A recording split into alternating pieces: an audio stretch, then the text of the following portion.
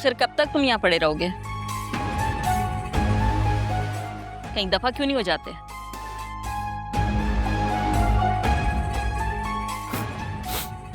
ये रूबी का घर है ना, तो मेरा घर भी हुआ। जूबी से कुछ अरसे में शादी होगी, हमारे बच्चे होंगे, और वो बच्चे यहीं पले बढ़ेंगे ना। अल्लाह ना करे जो मेरी बेटी की जिंदगी तुम्हारे साथ बर्बाद हो। निकम्मा निखट्टू आवारा कहीं का, औरत की कमाई पे पलने वाला। जबान संभाल के बात करें, मेरी जबान फिसल गई ना तो फिर आपको अच्छा नहीं लगेगा। ज्यादा बकबक की ना तो उठा के घर से बाहर फेंकवा दूंगी। समझता क्या है तू खुद को? 2 टके का आदमी पता नहीं कहां से मेरी बेटी को शीशे में उतार लिया है। मैंने किसी को शीशे में नहीं उतारा, समझ आई?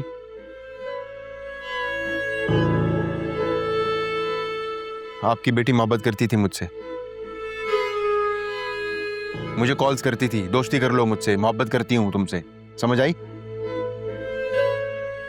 किसी को जाके समझाना है तो उसको जाके समझाएं, मुझे नहीं। और अगर मैं आज यहाँ हूं तो आपकी बेटी की वजह से, ना मैं उसकी बातों में आता और ना आज यहाँ इस तरह पड़ा होता। तो निकल जाओ ना, क्यों पड़ो यहाँ पर? और खबरदार जो मेरी बेटी के बारे में एक लफ्ज भी बोला तो तुम्हारी जबान अलग से खींच लूंगी मैं। क्यों? क्या गलत बोला है मैंने? जाके अपनी बेटी को समझाएं, इश्क का भूत उसके सर पे सवार था, मेरे नहीं। उसके इश्क का भूत तो मैं बाद में उतारूंगी, पहले तो तुम निकलो इस घर से। चलो शाबाश, उठो यहाँ से, उठो।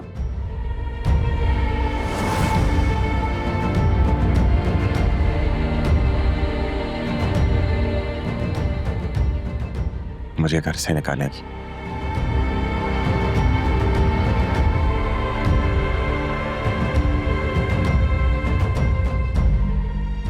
चलें, उठ जाएं अब, ड्रामे ना करें, इतनी कोई ज्यादा नहीं लगी है।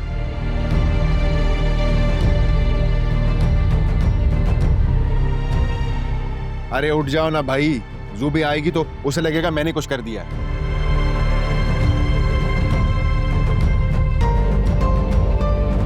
हेलो,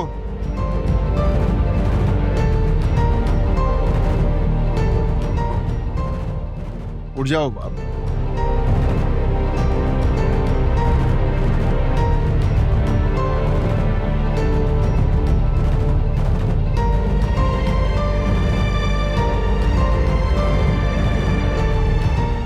ठीक।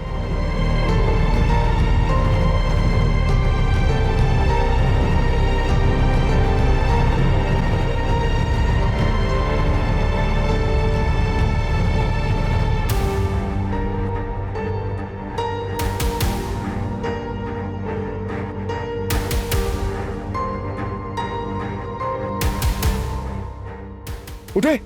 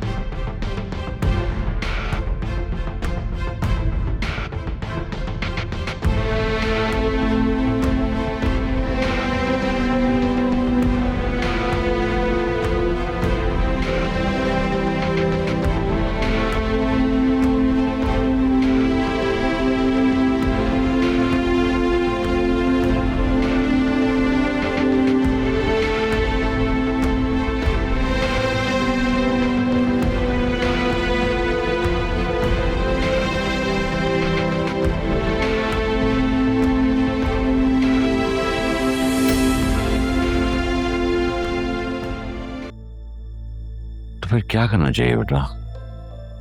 इस तरह यूं हाथ पे हाथ रखकर तो नहीं बैठ सकते ना। फिर ये भी नहीं पता कि असफर और सुल्तान के दरमियान में क्या खिचड़ी पक रही है। अंकल, सारी सूरत हाल को देखकर मुझे एक ही सोल्यूशन समझ में आता है। हमें भाई से बात करनी चाहिए। जब मैं जेल गया था, भाई ने अपने किसी दोस्त से बात की थी। पुलिस वालों ने सुल्तान का जो हाल किया था, उसकी औकात याद दिला दी थी उसको। अकरम, मुझे नहीं समझ आ रही मैं किस मुंह से उससे बात करूं। सच पूछो तो मुझे तो बड़ी शर्मिंदगी होती है। आप क्यों बात करेंगे अंकल? मैं बात करूंगा भाई से। ये सब कुछ जो हो रहा है उसका जिम्मेदार मैं ही। लेकिन उसे तो ये भी नहीं पता कि तुम और फिजा। अंकल, भाई को सब मालूम है, लेकिन अब इससे कोई फर्क नहीं पड़ता। देखो बेटा, मैं लड़कियों का बाप हूं। मुझे कहने से पहले भी सोचना पड़ता है और कहने के बाद भी। इसलिए मैं नहीं चाहता कि मेरी बेटी के कैरेक्टर पे कोई सवाल उठे। अंकल, मैं आपसे वादा करता हूँ फिजा के ऊपर कोई उंगली नहीं उठाएगा। ये सब कुछ मेरी वजह से हुआ है और इसे मैं ही ठीक करूंगा। ये सब मेरी जिम्मेदारी है।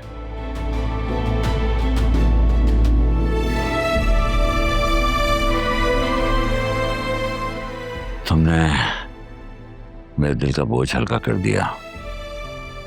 वैसे सच पूछो तो हम 2 हफ्तों से घर में ही छुपे बैठे। इतनी आसानी से नहीं छोड़ूंगा अंकल उसे।